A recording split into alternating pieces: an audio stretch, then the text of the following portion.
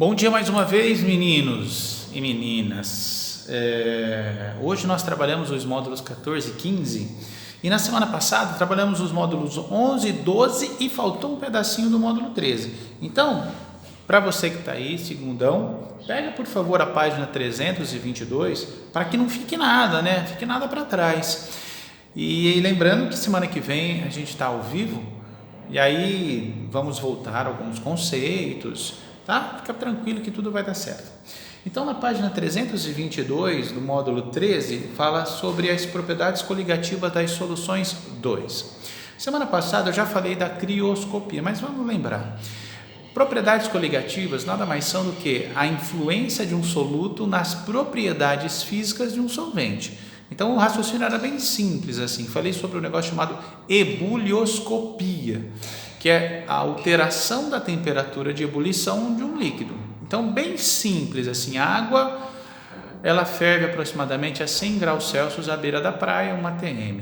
Mas se você acrescentar uma quantidade de soluto ou sais, por exemplo, quanto mais sal ela dissolver, maior vai ser a temperatura de ebulição. Então, ela pura, 100 graus Celsius. Um pouquinho de sal, 101, vai aumentando a quantidade de sal, 102, 103, 105. Então, um soluto influencia na temperatura de ebulição. Tá, falei também sobre a influência na temperatura de congelação ou congelamento, tá certo, não está errado o que eu falei não, tá? Então, por exemplo, se você acrescenta um sal, açúcar, álcool, você pode abaixar a temperatura de congelamento. Então, eu falei para vocês daquela geladeira bonita, assim, dos bares que estão fechados, que fica marcando lá menos 4, menos 5, menos 6 graus Celsius. É porque eu tenho na cerveja, por exemplo, até 14% de álcool. Então, o álcool influencia no congelamento da água da cerveja. Então, a cerveja está a menos 4 graus Celsius. E mesmo assim continua líquida. Por quê? Porque esse álcool, que funciona como soluto, ele influencia no ponto de congelamento da água. Então, as propriedades coligativas, elas estão relacionadas então com a influência de um soluto à propriedade física do solvente.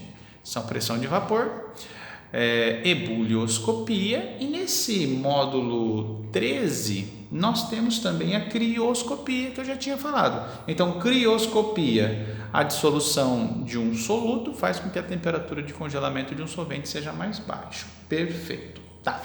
Aí faltou uma propriedade, que na verdade é a mesma propriedade que é trabalhada em biologia. É isso mesmo, é a osmose.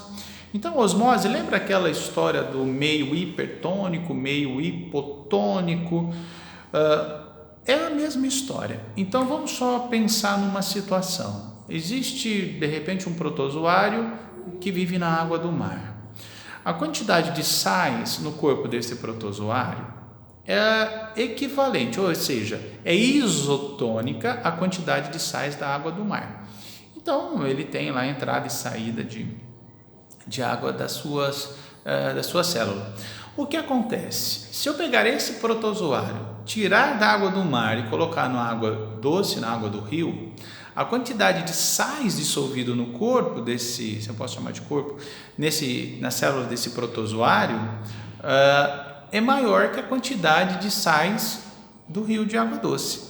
Então, o meio do protozoário vai ser hipertônico em relação à água doce, que vai ser hipotônico. Isso faz com que a quantidade de solvente passe pela membrana plasmática desse protozoário e esse protozoário vai inchar. Literalmente, o solvente passa do meio hipotônico para o hipertônico.